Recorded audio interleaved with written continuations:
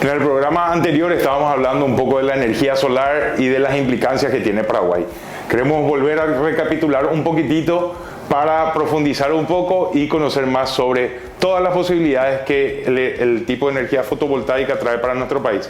Pero antes, ¿qué tiene que ver? ¿Por qué se llama fotovoltaica y no se llama solamente energía del señor Sol? ¿Verdad? Porque desglosando la palabra fotovoltaica, uno agarra foto y no es foto de selfie, sino foto viene de luz, y volta de voltaica, volta viene de Alessandro Volta, que fue la persona que descubrió realmente el voltaje, ¿verdad? De que descubrió esta manera de medir la energía y de cómo se genera la energía. Y la verdad es que la energía fotovoltaica se creó hace varias décadas, casi 100 años atrás, y no se le hizo mucho caso porque en ese momento existían los combustibles fósiles, había un auge muy grande y esta idea de que la energía en algún momento de la humanidad va a ser escasa no era algo totalmente impensado. Y además, obviamente, lo que descubrió Alessandro Volta fue es una tecnología muy primigenia comparando a la eficiencia que tenemos hoy. Inclusive, si uno habla de cómo ha crecido la tecnología de los paneles solares en los últimos años, se queda impresionado primero con la reducción de costos que toma en el tiempo, ¿verdad? Podemos hablar que hace unos 10, 15 años poner arriba de una casa paneles solares podía ser un proyecto de $150,000, $200,000, algo que realmente no iba a redituar en lo económico, ni siquiera en 30 años se iba a recuperar el costo de la factura eléctrica, que finalmente cuando uno pone paneles solares en un lugar donde hay otra disponibilidad energética, o sea, si yo tengo aquí en la ciudad que tengo el tendido eléctrico del sistema interconectado nacional, si yo pongo paneles solares es no solamente con un fin de utilizar energía renovable, sino de bajar mi consumo mi consumo eléctrico. Eso es lo que nos permite la energía solar. Uno dice, yo sigo conectado a la ANDE, en este caso en Paraguay, pero si tengo unos paneles solares en mi techo, en lugar de estar consumiendo 5.000 watts al mediodía con unos aires prendidos o con algunos electrodomésticos, estoy consumiendo de la ANDE, por dar un ejemplo, 2.000 watts, y los otros 3.000 se están inyectando gracias a los paneles solares que tengo en el techo de mi casa. Es un sistema súper sencillo. Estábamos hablando de que podía salir $150,000, o sea, un monto abismal. Hoy ni siquiera por el 10% de eso, en 10 años, por el 10% de eso o menos, uno ya puede tener una instalación fotovoltaica en el techo de su casa, donde sí ya los números de ahorro son bastante interesantes. ¿Y por qué digo que es un sistema súper sencillo? Porque realmente, ¿qué necesitamos? Ganas de hacerlo, primero, algo de dinero para invertir, pero técnicamente uno necesita los paneles solares, necesita una caja misteriosa que se llama inversor.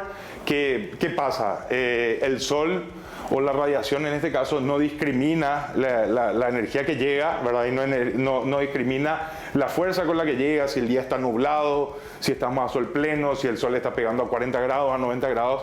El panel no discrimina esto, así que llega eso como corriente continua, ¿verdad? Y eso, el inversor lo que permite es que se convierta en corriente alterna. ¿Qué pasa si te digo que esta influencer que estás viendo no es real? Soy Sofi Moreira y hoy te voy a hablar de un fenómeno que está revolucionando las redes sociales: los influencers generados con inteligencia artificial. Por si no estabas al tanto, ahora tus influencers favoritos están compartiendo este enorme escenario que se llama las redes sociales con inventos de la inteligencia artificial. Estos influencers de inteligencia artificial están conquistando todas las redes: Instagram, TikTok, YouTube, y colaborando con marcas enormes, generando muchísimo dinero dinero. Los desarrolladores de software utilizan la inteligencia artificial para imitar gestos y el habla humana. Después, los diseñadores gráficos lo que hacen es hacer que estos avatares se vean súper chic y súper atractivos para luego postearlo en las redes y que ellos interactúen como personas normales con el público, y así genera muchísima interacción, muchísimo dinero y luego colaboraciones con marcas enormes. Excelente modelo de negocio me parece para mí. Desde la moda hasta la música, estos personajes están revolucionando lo que significa ser un influencer en la era digital. Por ahí ya se te cruzaron en tu feed o de hecho probablemente seguís a una de ellas. Te cuento que actualmente hay muchísimos influencers de inteligencia artificial que hacen furor en las redes sociales. Están ganando muchísima plata y haciendo colaboraciones con marcas enormes. Hoy te voy a contar el top 5 de las influencers AI que tenés que conocer. Lil Miquela. Ella es de Los Ángeles, es probablemente una de las primeras influencers AI más famosas. Actualmente tiene 2.5 millones de seguidores en Instagram y colabora con marcas de moda y hasta lanzó su propia música. Su historia y personalidad están cuidadosamente diseñadas para conectar con su audiencia. Shudu Graham. Ella es considerada la primera supermodelo digital. Ella es una modelo para marcas de lujo y en su perfil aparecen campañas publicitarias de alto perfil. Su apariencia realista y su estilo impecable la convirtieron en un ícono de la industria de la moda actualmente. Ludo Magalu es una de las influencers de inteligencia artificial más exitosas de Brasil, con más de 7 millones de seguidores en Instagram. Ludo Magalu es una personalidad digital que interactúa con su audiencia compartiendo reseñas de productos, consejos de estilo de vida y contenido promocional para la marca Magalu. Aitana López, @fit_Aitana, es una influencer de inteligencia artificial en ascenso, conocida por su presencia vibrante y a la moda en las redes sociales. Ella fue diseñada para atraer a una audiencia joven y consciente de las tendencias. Actualmente colabora con diversas marcas de moda y belleza, ofreciendo una perspectiva fresca y juvenil. Y por último tenemos a @Barbie. Si hay alguien que no necesita presentación, es ella. Este ícono, que volvió a tener su momento con la película dirigida por Greta Gerwig, tiene más de 12 millones de suscriptores en YouTube, pero vos y yo sabemos que su influencia va mucho más allá de plataformas como Instagram y Facebook. Su papel como una destacada influencer AI se evidencia en colaboraciones con marcas importantes, posteos regulares de memes y demostrando su compromiso con movimientos sociales importantes. Bueno, estamos hablando un montón de energía solar y uno dice, pero finalmente, ¿cómo se genera la energía solar? Y acá vuelvo. En el capítulo anterior hablábamos de la energía hidroeléctrica y de cómo el agua pasaba a través de una turbina y los imanes y el hilo de cobre, y en este caso miles de hilos de cobre, ¿verdad?, son los que van generando ese movimiento que es el que finalmente genera energía.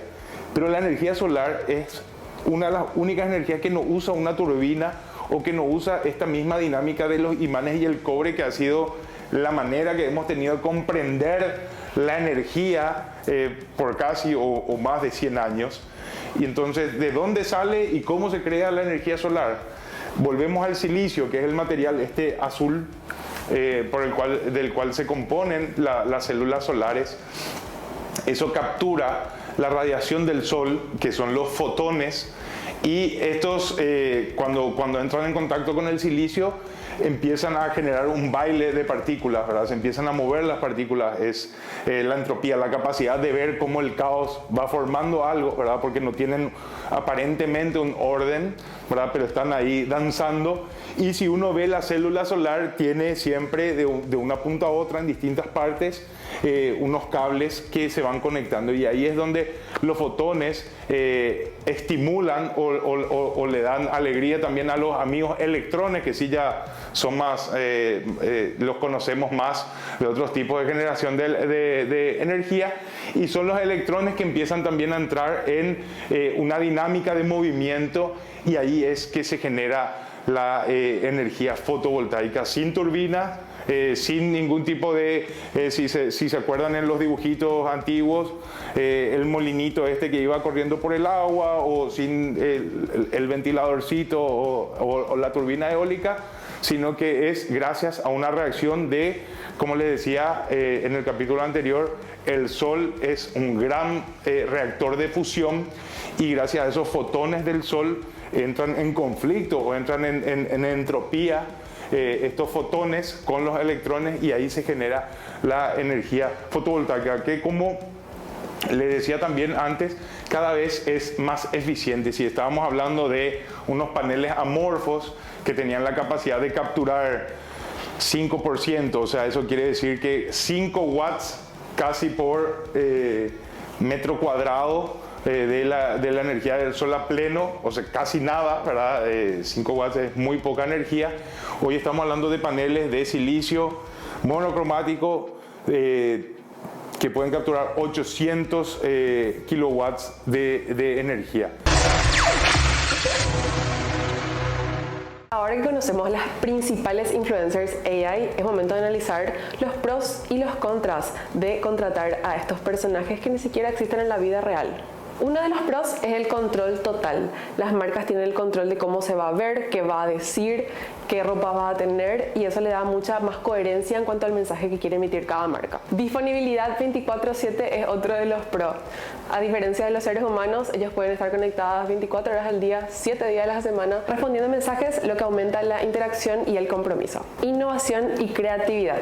Los influencers AI pueden ofrecer estilos y conceptos que probablemente los humanos podrían no ofrecer. Eso hace que el contenido sea mucho más único y mucho más fresco y atractivo para nuevas generaciones. Sin límites humanos es otro de los pros. Esto significa que no hay excusas físicas o personales, el trabajo es 24/7 sin interrupciones. Uno de los contras es la falta de autenticidad, que es algo que perciben los humanos, y eso puede hacer que se alejen de las marcas que los promocionan. Otro contra serían los problemas éticos. La gestión de influencers de inteligencia artificial plantea cuestiones sobre responsabilidad ética, derechos de imagen y propiedad intelectual. Aunque pueden simular las emociones, la realidad es que los influencers de inteligencia artificial no sienten nada, y esta desconexión puede alejarlos mucho de su audiencia humana. ¿Vos qué opinas? ¿Ya seguís a uno de estos influencers de inteligencia artificial?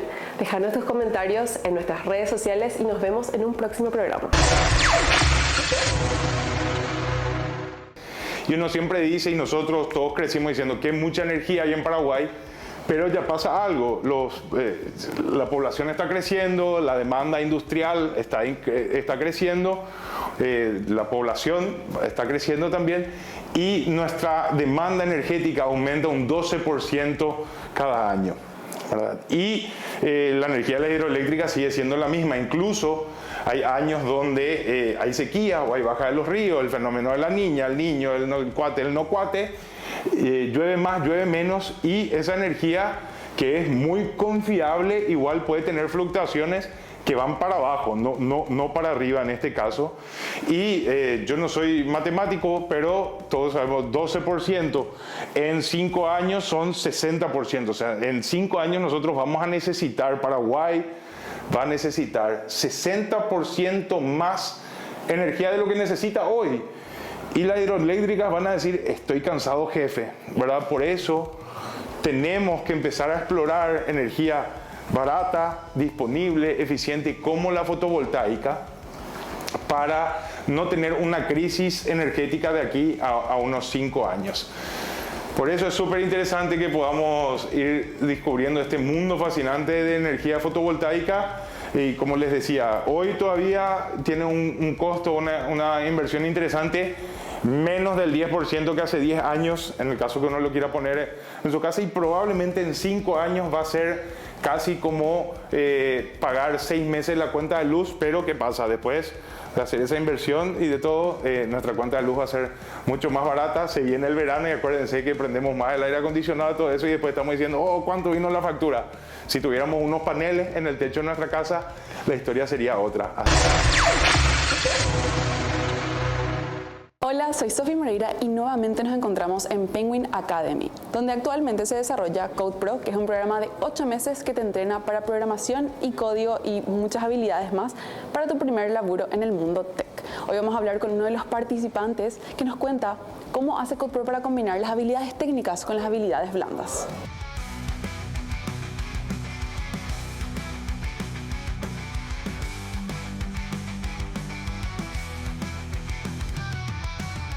Soy César Vera, tengo 20 años y vengo de la ciudad de Asunción. Me enteré de Code Pro debido a que yo fui participante del bootcamp del año pasado en noviembre. Actualmente, durante el programa me encuentro en el challenge de servidores web, que es básicamente usar herramientas tecnológicas como JavaScript, Node.js, Express, todos. Yo vengo del área de la diplomacia, soy estudiante de la carrera de Relaciones Internacionales, pero realmente temas así, informática, electrónica, tecnología en general, siempre me interesó y era lo que yo me quería dedicar, pero en ese momento la vida me llevó a otro rumbo y ahora me coloco donde deseo estar otra vez. Realmente me llevaría más por los gustos, soy muy quisquilloso de acuerdo a eso, me llevo mucho por mis gustos y siempre elegiría la informática por encima de la diplomacia. Personalmente tomé esta decisión de cambiar de rubro porque en la diplomacia al menos es bastante difícil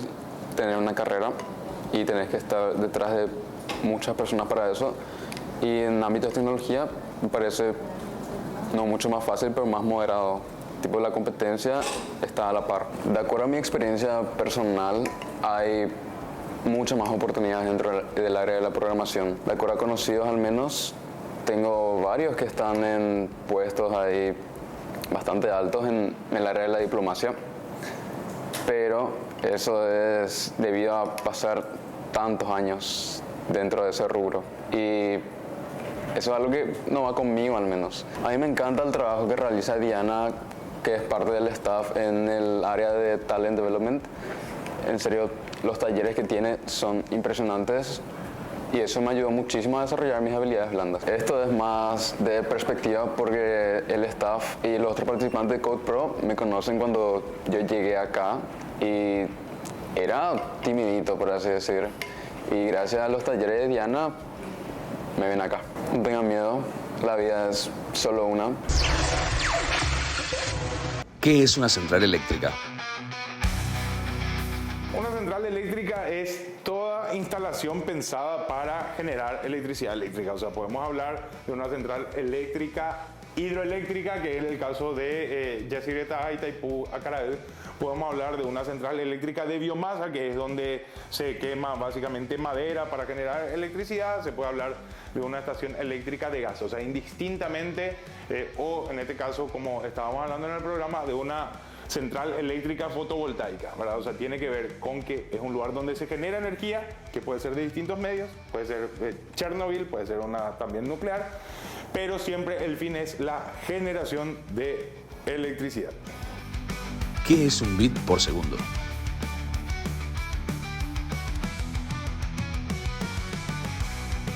Los bits por segundo son la cantidad de datos que se transmiten a través de una línea de comunicación, ¿verdad? Esto es lo que nos permite saber qué cantidad de información se puede transmitir. Es una forma de medida que nos dice cuánta información corre en una línea de telecomunicaciones.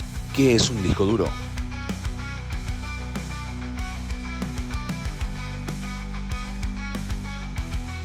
Los discos, que son nuestros grandes amigos hasta que se queman, son dispositivos de almacenamiento y de procesamiento de datos que nos permiten guardar, por ejemplo, toda nuestra información, nuestras fotos y todo lo que tenemos en nuestra computadora. Todos los Bitcoin u otros activos digitales generados por minería en Paraguay deben ser comercializados dentro del país. Esto es absolutamente falso. Es más, no existe una estadística formal, o discúlpenme, por favor, mándenme al privado, rétenme ahí en los comentarios, llámenme, lo que sea. Pero no existe una estadística formal de cuántos de los Bitcoin o de los activos digitales que son generados en Paraguay son utilizados en Paraguay. Y primero partamos de la base de que ningún Bitcoin, ninguno, vamos a decir casi ninguno, porque siempre va a haber algún puritano que me va a decir, no Bruno, pero no tenés razón por esto.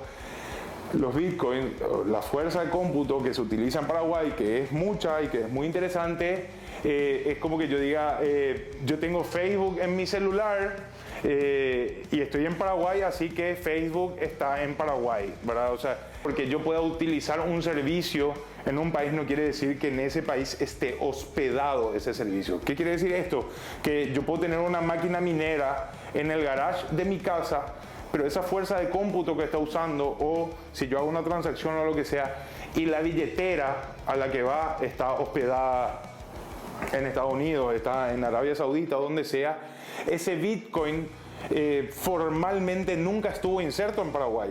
Solamente los datos o la fuerza computacional que se usó para generar ese Bitcoin estuvo en Paraguay, ¿verdad? Y eso lo hablábamos en uno de los primeros programas. Yo daba el ejemplo de que hay unos billetes, antes al menos, los billetes de 50.000 guaraníes de nuestro país se imprimían en Francia. Y obviamente venían en barco, en avión, en lo que sea. Hubo episodios bastante simpáticos sobre eso. Pero ¿qué pasa si uno se va a París y quiere pagar un café con ese 50.000 que está impreso en París? Vos le puedes decir al franchute, uy, esto se imprimió acá, ¿verdad? Pero no tiene validez en el país, ¿verdad? Por más que se haya impreso en Francia, nuestra moneda guaraní no tiene validez, no tiene curso legal en Francia, ¿verdad? Así que en ese mismo caso, que una fuerza computacional, que una máquina minera esté trabajando para la red Bitcoin en Paraguay, no quiere decir que ese Bitcoin, primero que nada, esté formalmente o legalmente en Paraguay, porque depende mucho de a qué servidor, a qué pool de minería y cosas que podemos hablar en otros programas. Pero muy probablemente, y como les decía al comienzo de esta pregunta, no hay una estadística formal, pero les puedo afirmar aquí, y me hago responsable, que menos del 1% del Bitcoin, de la fuerza de cómputo de Bitcoin que se utiliza en Paraguay, queda en Paraguay.